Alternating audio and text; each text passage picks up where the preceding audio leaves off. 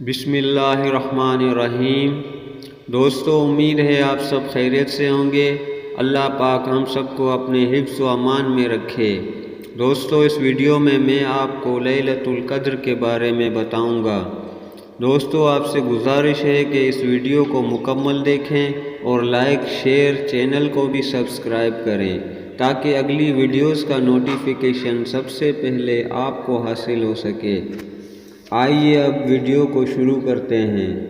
رسول اللہ صلی اللہ علیہ وآلہ وسلم ہمیں شب قدر کی خبر دینے کے لیے تشریف لا رہے تھے کہ دو مسلمان آپس میں جھگڑا کرنے لگے۔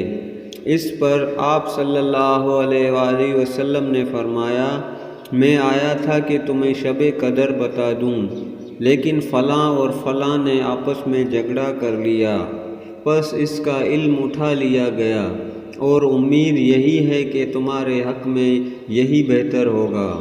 پس اب تم اس کی تلاش آخری عشرہ کی 9 یا 7 یا 5 کی راتوں میں کیا کرو۔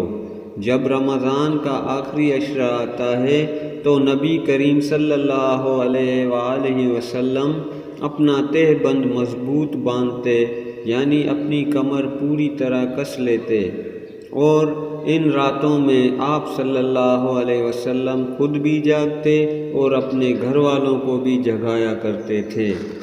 Thanks for watching my video.